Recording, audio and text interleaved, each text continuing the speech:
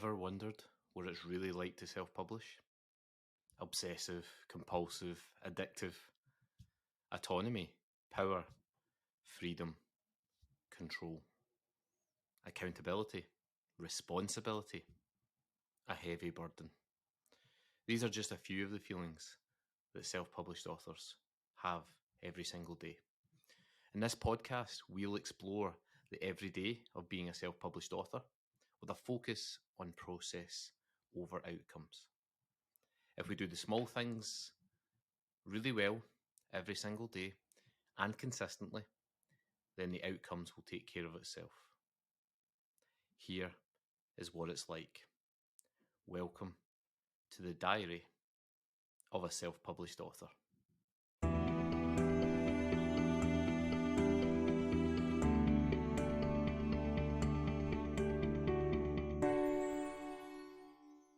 Hello and welcome to the diary of a self-published author with me, Stuart. We're now on to episode 6, unbelievably. And today's date is Friday, the 9th of June. It's 9 in the morning, and I've got a rare pocket of time to sit down and get a quiet house and record this. So I'm coming to you from a slightly different time than usual, but I thought this would be a good one because I'd be fully awake, unlike the late night ones I usually do. And yeah, there's nobody else in the house, so it's nice and quiet. So today we're going to be talking about the usual things. We're going to be talking about general news from the self-publishing sphere, and there's a couple of items on the list for this week. We're going to be talking a little bit about my books and my editing and my forward planning and marketing and finances related to self-publishing. And then we're going to talk a little bit more about the general health and well-being aspects of being a writer and how things have been for me. And obviously a lot of that stuff will be relatable for you as well. So to kick us off on episode 6, we're going to talk about one of the big changes that has recently been announced for self-published authors and actually implemented now, which is the category changes on KDP on Amazon.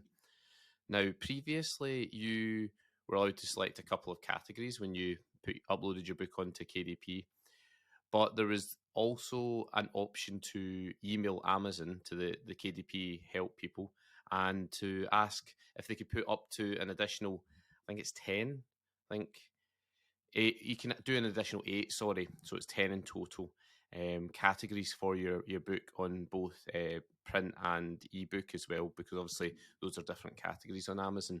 And obviously I did that quite quickly after I uploaded my book to KDP, and it's been fine.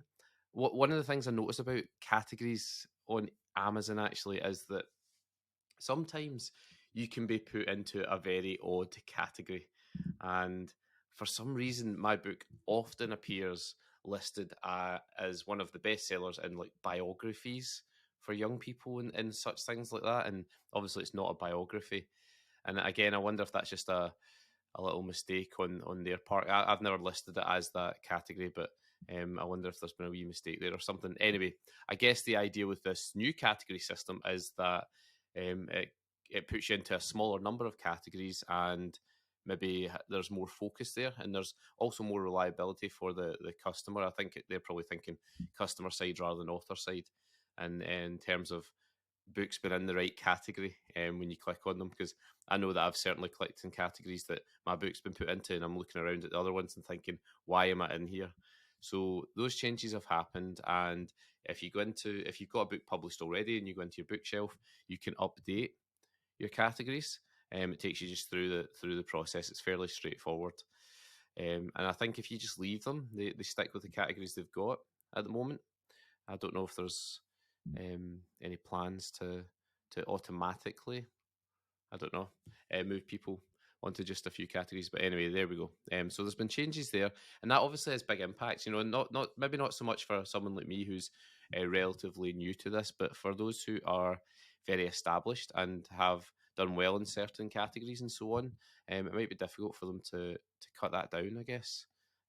But yeah, so that's obviously a big change. And when while we're talking about categories, actually, I bought a bit of software.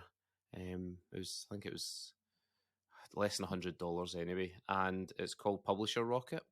And basically, if you type in keywords, for example, into this bit of software, it will return those keywords with search results based upon how many people are looking for it on Amazon, and how often it's searched, how competitive it is as well. So I guess you're wanting a low competitive word in terms of, if you're doing your Amazon ads and your bids and so on. And so it's quite handy from that point of view. But on this instance, when we're having to change our categories, it's very handy, and it's maybe even more important now that we're giving greater consideration to the categories that we're putting our books in. And that's a nice little bit of software to help you with choosing your categories. And you might think, well, actually, no, it's obvious what category my book should be in based upon the content. But sometimes you have to also be a bit more strategic about it and have a look, because this software, it lets you know, for example, how many books you have to sell in a day to become number one in that category, how many other books are within that one, and so on. And then also what books will come up if a customer types in certain search terms on the Amazon search tab at the top. So that's all of that stuff's really useful, I think, and just helps to optimize both the categories you choose, and also obviously has an impact on your Amazon ads as well, if that's something you choose to do. So yeah, quite interesting changes, I think. Yeah, we'll see how it goes. I'll let you know if I feel like it has any impact, or positive or negative on how things are going for me. But I think for someone like me, that the impact's not likely to be great, because my sales numbers are, I'm not selling like 1,000 copies a day or anything. So I think if you get a larger sample size, a big selling self-published author, you'd probably be more likely to see any changes there. So I'll be listening on the grapevine to see if there's anyone chatting about that, and update you when I do. So the second bit of self-publishing news, which I thought was quite interesting this week, was a marketing company called Written Word Media, which some of you may or may not have used before to help you with marketing your book, either through Free Booksy or Bargain Booksy, which are both big campaigns, which are handy to use if you're either doing a free Kindle book deal or a Kindle countdown deal on your KDP account with your book. Now, both of those send out to tens or hundreds of thousands of subscribers who then will buy your book and or download it if it's free. And so it's quite it's a nice platform. I've used it quite a few times now. I think 4 times maybe I've used it since I started out. And there's also another very similar company, but Written Word Media is very US focused, whereas this other company, Hello Books, was founded by James Blatch and Mark Dawson, who run the self-publishing formula. They've got a great podcast if you haven't listened to it yet as well, much better than mine, I'm sure. And they chat away about various things in the podcast relating to self-publishing, but they also run Hello Books. Now, Hello Books is, I think it's primarily for free books when you're doing a free deal on Kindle, but it's obviously it's UK based, so it'll have a lot of UK subscribers, and I think they've got more of a sort of international reach than Written Word Media. And so what's happened this week is they've actually done a bit of a merger in terms of sharing. I think in terms of sharing subscribers, for example, and also the platform in which you book in the deals. It looked as though when I clicked on it the other day that the Hello Books one is now part of the Written Word Media website, and so yeah, it'll be interesting to see how that merger works out. And I'm too late. I'm actually doing one next week with Written Word Media, so I'm too late to alter that and to try and do something with the two together. But the next time I do one, I think I might try and do a combo and compare the results of that to just doing each of them as an individual, and see if that helps in terms of the number of downloads and sales that I get from these little campaigns.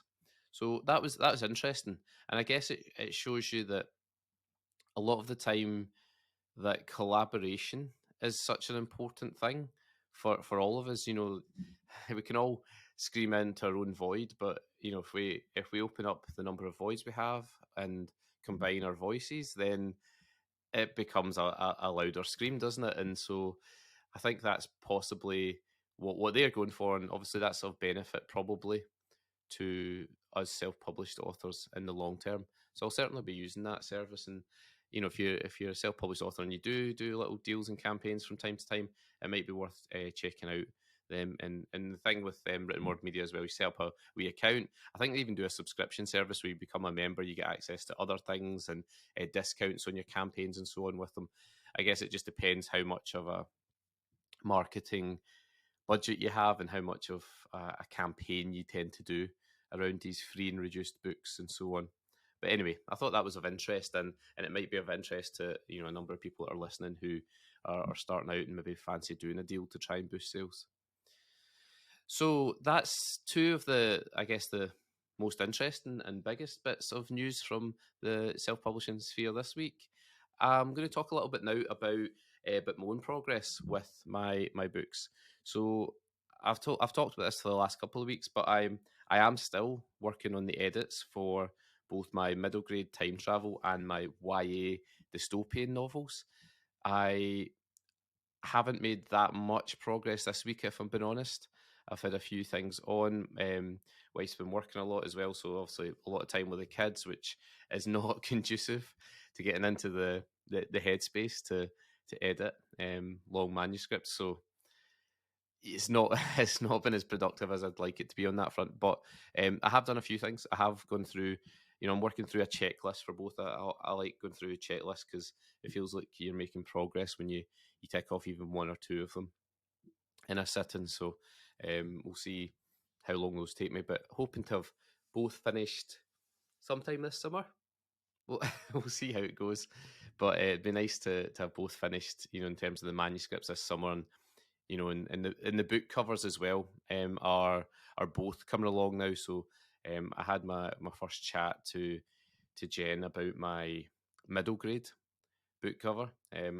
Lots of, as usual, I've got lots of exciting ideas for it, and she's like, "Whoa, calm down there, cowboy. It's that's a lot to put on a cover." And obviously, from her point of view, she's got to look at it artistically, and she knows about things like the importance of space, for example, on a cover, and by space I mean like nothing there rather than space and up above us in the sky. And she's like, okay, maybe we can pare this back, and this will look good, and so on. So anyway, very exciting to start those preliminary conversations with her, and I loved working with her in my first book for Ghosts of Mars. So I'm hoping that we can produce something as good, but obviously quite a different tone to this one, and we'll see how it goes. But I'll update you as and when more info comes in on that front. And then secondly, the YA novel will also cover developments this week. I got shown 4 initial drafts, if you like, of the cover. I'd seen some mock-ups the week before, which were just black and white designs, and these ones had colour on them, and they had font and lettering and so on, which was quite nice to see all that put together. And as usual, the ones that he sent me, genuinely, I think a lot of authors would be happy with those as their finished covers. But we had a wee chat via email, and there's a couple of wee things just to play around with and to update, and I'm really excited. I'm really excited about this one, just because it's new and different, isn't it? Doing a YA cover compared to a middle grade one. It's a different feel, a different tone, but yeah, still quite exciting to get it done. And obviously, I'll share it, do a cover reveal on socials, etc. when it's ready and when the manuscript's ready. That's one thing. I think I've learned my lesson this time, to make sure that the manuscript is completely finished before I start doing cover reveals, because last time I did the cover reveal before I did my final edit on my book, and although that's fine for ebook because you don't have to put the ebook up until about a week before publication date, for the paperback, if you want to put it up for pre-orders on, say, Ingram Spark, because you can't do it in KDP, the manuscript that you put up to allow it to be on pre-order is the one that will be used to send all the pre-orders out. So the copies they get will be of your not finished edit if you haven't finished yet. So that's a lesson I've learned. I'll wait until it's all done before I sit down and do something like that. Although, actually, just talking about pre-orders, my friend Sally, she simply did her pre-orders via her website. So people went in, they paid for the pre-order on her website, and then when she got her stock in, when she was ready, just prior to publication, she then just packed them all up and sent them out. So that's a possibility as well. I'm not 100% decided yet on which route to go for there, but I'll let you know when I do, because I still have that Kickstarter idea in my head as well. I'd asked a few people their opinions on it the other day, and I got sort of mixed response. I guess what the general message was unless you have a lot of followers, a lot of readers, a lot of fans, then maybe it's not as worth it. And it got me thinking, well, do I? Do I have a lot of readers and fans? I don't know. It's hard to tell. And so that yeah, that's got me doubting it a little bit. But I'll have a further think about it and update you as I decide. So going ahead, yeah, I'm looking to get both those books out this year, probably autumn. Maybe one in September, and maybe one in November. I don't know. I'll see how it goes. You know what? This is the absolute joy of self publishing is I don't have to put any artificial time constraints on myself or deadlines or whatever. And although deadlines are good to work to, I yeah, I think, and we'll talk about this in the mental health section later, but I think it's always good just to give yourself a break.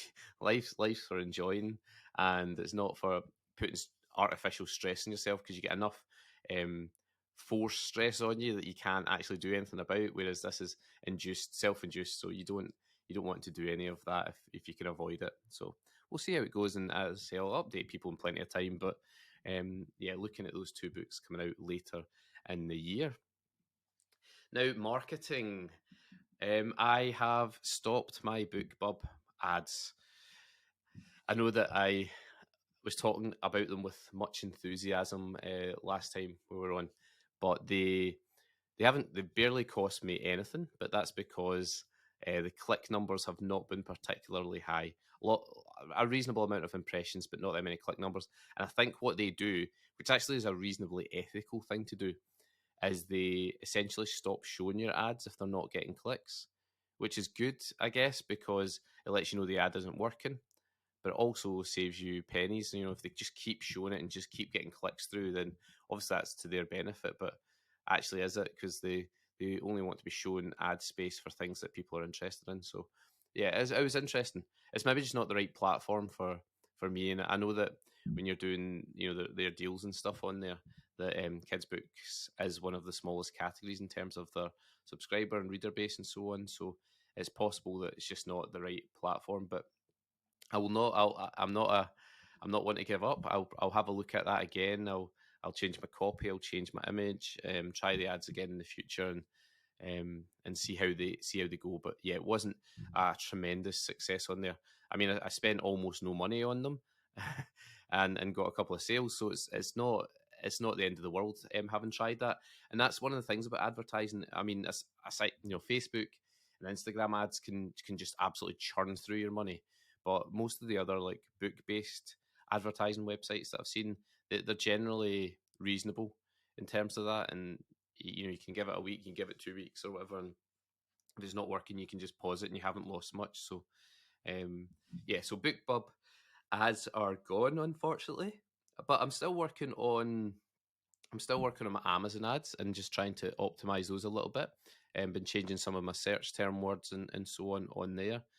Funnily enough, though, the advertising method that is still yielding the best results and good results as well. You get your ACOS down to less than one. So, and the ROAS, the return on ad spend, is is over 1. Sorry, the ACOS is under 100%. I should have said that's a percentage one, and the return on ad spend is over 1. So yeah, it's good from the point of view that I'm making just slightly more than what I'm spending on the ads. But yeah, funny that just doing their automated ad is more. Maybe I'm just not the best at choosing keywords and such things for ads, but my manual advertising just doesn't. It does okay, but it doesn't just seem to quite do as well as the automated ones at times, which is interesting, isn't it? But there you go. It's almost like the system knows better than me, which is probably the case. But yeah, the Amazon ads, I don't think I'll ever switch those off. To be honest, they constantly get sales.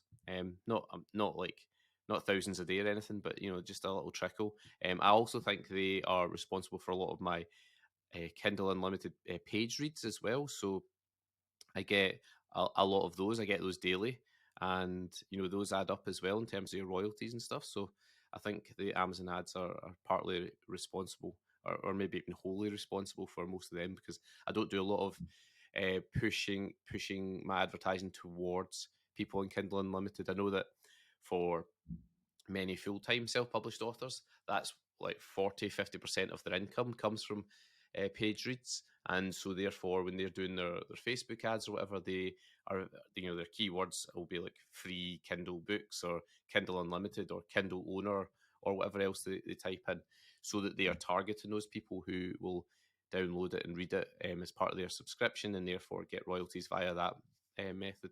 But yeah, it's not as big a thing for me, so probably not worth me advertising. Kids books, we know that they are sold as a greater percentage as print books compared to ebooks, whereas the YA and adult market go a bit more for ebooks, and therefore it's worth it if you're writing in those spheres. And I might, with my YA book, actually, I think I might change my marketing approach, and look at maybe doing that and giving that a go, because we know that 60% of all YA books are bought by adults for themselves, and so that's you're essentially targeting a mostly adult market when you're marketing for a YA book, and that's something that maybe people forget at times. It's supposed to be 13 plus, isn't it, for the YA market? But then also, this is the problem with YA, and I was chatting to someone about this the other day.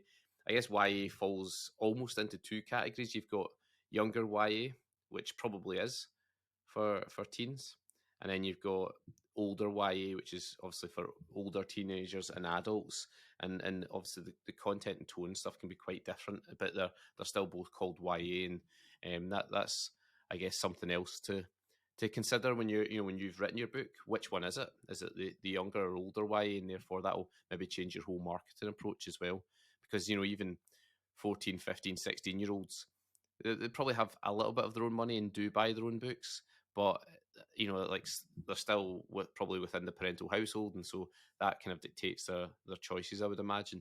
And also at that age, they've got exams, and I know that from the students I teach at school, when exams are on in exam years, students really struggle. Very studious students really struggle to spend much time doing reading for pleasure.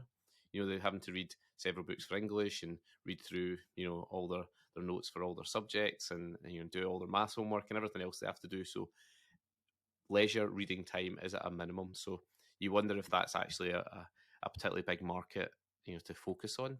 Maybe the adults is the way to go.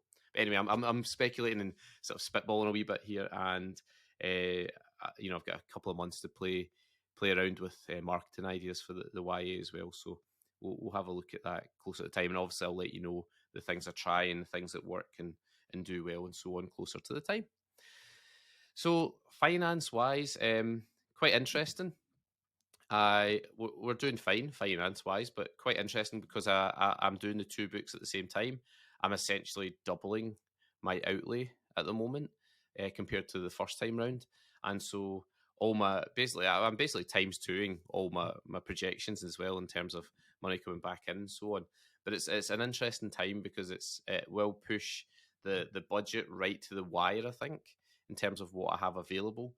to do my writing and my self-publishing, and so I'll obviously have to just be a bit more thrifty with some of my decisions, I think, over the next 6 months or so, and not to reduce on quality in any way. So the editing and cover and so on will still get the full whack, the full support that they need. But there are other things which I did for my first book, which I'll probably not do for these two, just to cut away at some of the fat around the edges, and save myself just a wee bit of cash there, and keep the finances under control. We know that, it's we're talking at least £1,000 if you want to do a book properly, and probably more like £2,000 if you're doing other things as well. On top of that, if you're including like a big marketing and promo campaign, and buying all the extras as well that come with doing a book, which I probably did do. I was guilty of the first time round, and maybe won't do to the same extent with these next two books. And what I'll do is I'll maybe wait until there's a bit of return on those investments in those two books, and then start to maybe look and add things to the marketing arsenal for both of them. But yeah, in the short term, I think just being a wee bit more prudent is sensible. I'll ultimately that happens all the time with marketing and companies and stuff. You just have to really focus and get the best value for your money. And so that's what I'll be doing over the next few months. So that's finances. Nothing really to write home about at the moment.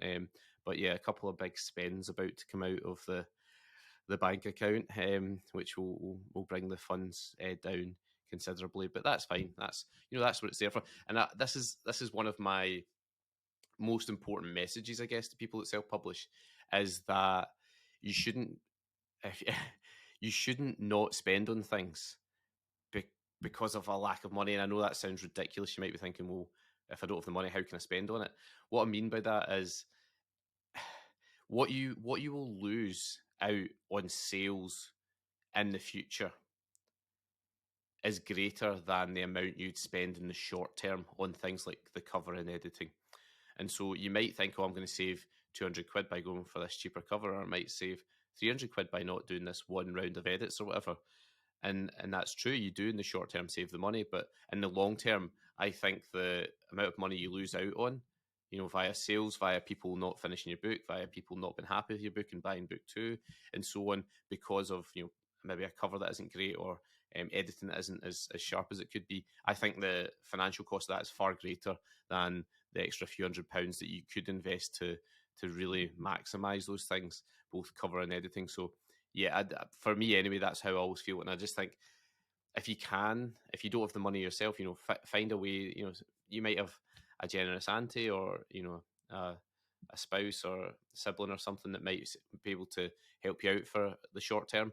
Because I think if you invest more at that stage, the likelihood is you're going to get more out in the long term, and it means you can pay your friends back, or your parents back, or whoever you borrowed the money from.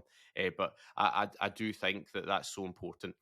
And of course, I would 100% say as well, don't do anything that's going to get you in debt or get you out of control, because that can be quite easy as well. I've had the temptation to spend more than I have at times, and just say, oh, well, I can put that on my credit card, or I can do X, Y, Z, and and repay it later.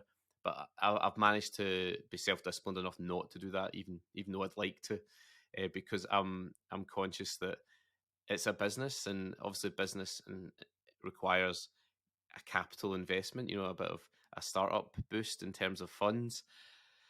But you shouldn't be getting yourself into any sort of extreme unmanageable debt around it, just like you shouldn't with any business, hopefully. And so yeah, spend wisely, spend on the things that matter, spend as much as you're able to. And if you can get a little help out from someone, then do that. And make sure that things are the best they can be. Because as I say, cover and editing are the two non-negotiables for me, and then everything else on top of that is obviously a bonus. But yeah, anyway, that's that's all I've got to say about that. And lastly, the mental health, and well, I guess this includes physical health and well-being and all sorts. This last section of the program, it's been a funny little time for me, because I've had a couple of days where I've been feeling like I'm struggling a wee bit. Where does that come from? I guess a lack of productivity is a big thing for me. So if I'm not doing things, every day, basically, even if I have one, I know that you're going to think that I should go easier on myself here, but if I have even one, I guess, lazy day, that has a sharp decline in terms of my mental health. And the next day, sometimes I'm good, and the next day I bounce back and I'm like, okay, I'm going to get this done, and this done, this done, and I feel much better by the end of that day. But then sometimes it can be, a downward spiral, and the next day I think, oh, what's the point? And then, and you go down in little spirals like that, and it can be quite tough then to pull yourself back out again. And often the best thing that I can do in that situation is to simply say, okay, I'm going to do just one thing. What in this moment is the one thing that I could do that would help me to feel a little bit better? And I try and do that one thing if I can. And it's like dominoes. When you do that, it then makes you feel good enough. That dopamine hit you get from doing the task makes you feel then good enough to go and tackle the next thing. And again, it's a compound effect. As much as you've spiraled down, you can then spiral back up, I think. And you keep building on that and getting tasks done. And for me anyway, that's a little bit how it's been recently. A day or two of just like spiraling down, and then get myself back up again, and then and down and so on. And ideally, I would have such a clean and organized and stable life that I would just be going along as a straight line the whole time. No ups or downs, just a constant straight line of good well-being and mental health. But we know that life's not like that, and things are thrown their way, and we have to deal with the curveballs each day. But yeah, I do think, and it's funny because I said it to myself at the start of this little section, but we all need to be a bit kinder to ourselves on the days where we don't do as much, and then obviously celebrate and be happy on the days where you do. But it's not about um, it's not about not having any time off or any downtime or any lazy time, as I often call it. I think that's okay to have that. And do you know what? This is funny because I am the world's biggest hypocrite when it comes to stuff like this, because I'll often give the advice that people should be kinder to themselves, but not necessarily apply it to myself. It's like, I don't know. I'm sure there's a few of you out there that feel similarly and do the same thing to yourself as well. So I'm sure I'm not alone in that. Okay, I think that's enough for today. Lots of interesting little take homes, I think, there, and lots for you to think about if you're a newbie self publisher like myself. And I hope that everything that I talk about is of use to you. Obviously, I talk about this all the time, but if you fancy coming on and chatting to me, if you're a self-published author, then just send me a message. If you want to join the Facebook group for the Diary of a Self-Published Author, then just go and search for that, and you can click the join button, and then once I see your name, I'll approve you, and you can join in with a few others who are part of the group now, and we're hoping to build a wee sort of self-publishing community for those, especially for those who are, I guess, nearer the start of the journey, because that's when you really need a bit of community and a bit of company, and to be able to maybe ask the odd question or two as well. So you can look that up if you haven't joined it already. All right, lovely to chat to you all again this week, and I will see you next time in the next episode. Take care now. Bye.